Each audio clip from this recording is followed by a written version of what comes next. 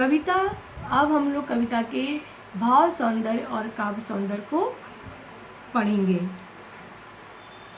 प्रातः नभ था बहुत नीला शंख जैसे, भोर का नभ राख से लीपा हुआ चौका अभी गीला पड़ा है। कवि, ये प्रातःकालीन दृश्य है। भोर, सुबह होने से पहले जो 3:30-4 बजे का जो समय है उसे भोर कहते हैं। और सूर्य उगते उगते वो प्रातःकाल में वो बदल जाता है। तो कवि कहते हैं कि भोर का नभ है, मतलब सुबह होने वाली है, और आकाश में जो सूरज है, आसमान में जो सूरज है अभी वो पूरब दिशा की ओर छिपा हुआ है, और सूरज की जो लालिमा है वो नभमंडल पर आकाश में पड़ रही है।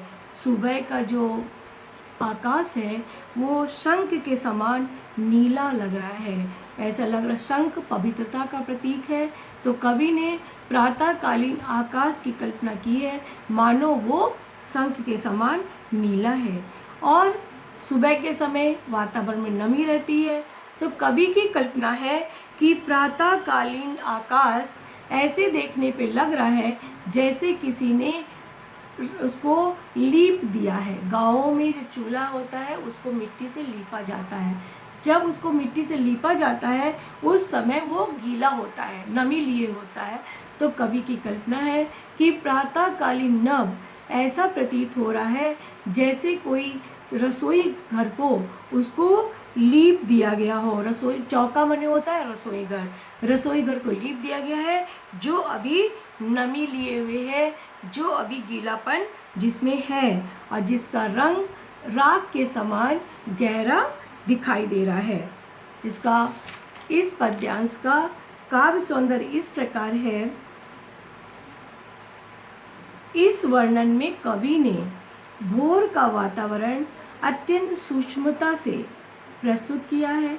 सवेरे के समय वातावरण गहरा नीला होता है। इसे उभारने के लिए कवि ने शंख की सुंदर उपमा दी है कि शंख जैसा यहाँ उपमा अलंकार है, उससे भी सुंदर उपमा है राख से लीपा हुआ गीला चौका। दूसरी कवि की कल्पना है कि ऐसा प्रातःकालीन नभ ऐसा प्रतीक हो रहा है जैसे कि किसी ने चौके को राख से लीप दिया है। ये बिंब भोरकालीन गहरे रंग तथा नमी को साकार करता है। कवि को वातावरण चित्रण में अद्भुत सफलता मिली है। कवि वातावरण के चित्रण करने में पूर्णतः सफल हुए हैं।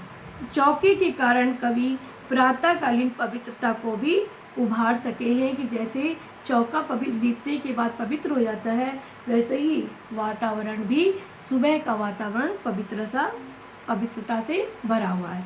शंख जैसे में उपमा अलंकार है। राख जैसे लीपा पड़ा हुआ है, इसमें भी तुलना की गई है, उपमा अलंकार है। अत्यंत सरल और लघु शब्दों का प्रयोग किया गया है। केवल एक ही शब्द 3 वर्णों का है, शेष शब्द 2 वर्ण के हैं।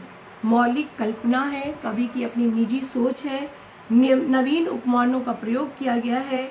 वर्णन में चित्रात्मकता है। कवि जब कविता पढ़ते हैं तो कविता पढ़कर वातावरण का जो सजीव चित्र है हमारे आंखों के सामने आ जाता है। इस प्रकार से पद्यांश 1 की व्याख्या तथा हम लोग काव्य सौंदर्य को लिखेंगे। अब इससे संबंधित प्रश्न मैं आपको दूंगी, आप उनके उत्तर अपनी तरह से अपनी समझ से लिखेंगे।